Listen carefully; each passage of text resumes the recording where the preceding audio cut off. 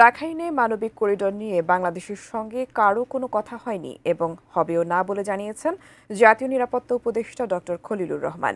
দুপুরে foreign service একাডেমিতে এক সংবাদ সম্মেলনে একথা জানান তিনি। রাখাইনে মানবিক সহায়তা পাঠাতে মানবিক করিডোর, এই ইস্যুতে আলোচনা সমালোচনা প্রশ্ন নানা শঙ্কা আশঙ্কা সব মহলে।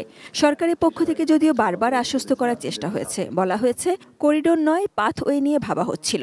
ফরেন অ্যাডভাইজারের সঙ্গে আমার তো রোজ কথা হয়, উনি করিডোর শব্দটা ব্যবহার করেই কিন্তু নিজেকে কারেক্ট করেছিলেন, পাথওয়ে বলেছেন। That was a slip of tongue and you have to give him that.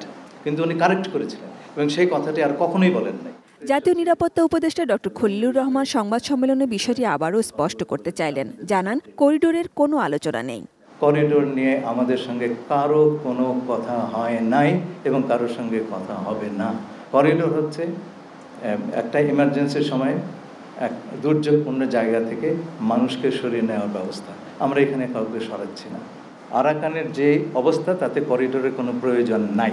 অনেকে বলেছেন করিডোরে নিয়ে আপনারা কথা বলছেন, কারোর সঙ্গে আলাপ করেন নাই। ওই অস্তিত্ববিহীন জিনিস নিয়ে আমরা কী করে আলাপ করব? সেনাপ্রধানের সঙ্গে নিয়ে আমার বিস্তারিত আলোচনা হয়েছে। এই সম্পর্কে আমরা একেবারে এক সমতলে। খলিলুর রহমান বলেন, খাবার পানি ও ওষুধের অভাবে আর কোনো রোহিঙ্গা যেন নতুন করে বাংলাদেশে ঢুকতে না চায়, সেজন্য সেখানে সহযোগিতা পাঠানোর প্রয়োজনীয়তা দেখেছে বাংলাদেশ।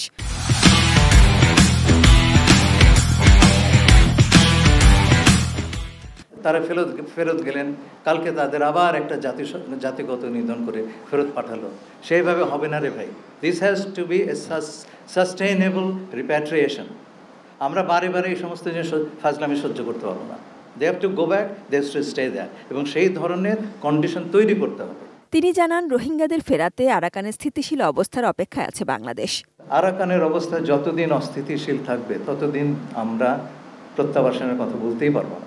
আর প্রত্যাবাসনের কথা যদি নাই বলতে পারি, তাহলে তো প্রত্যাবাসন কৌশল নিয়েও কোনো কথা বলতে পারবো না। করিডোর ইস্যুতে বিতর্ক তৈরির জন্য প্রতিবেশী দেশের মিডিয়াকে দায়ী করেন ডক্টর খলিলুর রহমান। নিজের নাগরিকত্ব নিয়ে চলমান সমালোচনারও জবাব দেন। বাংলাদেশ ছাড়া অন্য কোনো দেশের জাতীয়তা আমার নাই।